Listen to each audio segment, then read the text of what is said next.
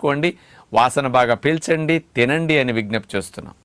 మన భారతీయ సంప్రదాయంలో ప్రతి ఇంట్లో తులసి చెట్టు పెట్టుకుని ఆ తులసి చెట్టు చుట్టూరు 3 ప్రదక్షిణలు చేసి తులసి చెట్టుకి ఒక నమస్కారం పెట్టి తులసి కాస్త ఆకుల్ని మనం ఒక 3-4 రోజు తినే ఆచారం అనేది వచ్చింది. ఎందుకు తినాలి, ఎందుకు తులసి గాలి పీల్చాలి అంటే మన ఇంటి పరిసరాల్లో ఉన్న కెమికల్ పొల్యూషన్ని, విషవాయువుల్ని, హాని కలిగించే ఏదన్నా గాలి ద్వారా వ్యాపించే వాటిని శుద్ధి చేయటానికి తులసి అద్భుతంగా పనికొస్తుంది. అందుకని ఆలయాల్లో తులసి మాలలు ఎక్కువ వేస్తారు. ఎందుకంటే అందరూ ఒక చోట వచ్చి ఆ గర్భగుడుల దగ్గరగా నుంచున్నప్పుడు ఒకరు వదిలినవి అనేకం మరొకరు పిలుస్తుంటారు. గాలిలో ఉండే క్రిములు లాంటి వాటిని కూడా సంహరించడానికి ఆ తులసి గాలి అనేది అద్భుతంగా క్రిమి సంహారక శక్తిని కలిగి ఉంటుంది, విషవాయువుల్ని హరించే శక్తి కలిగి ఉంటుంది.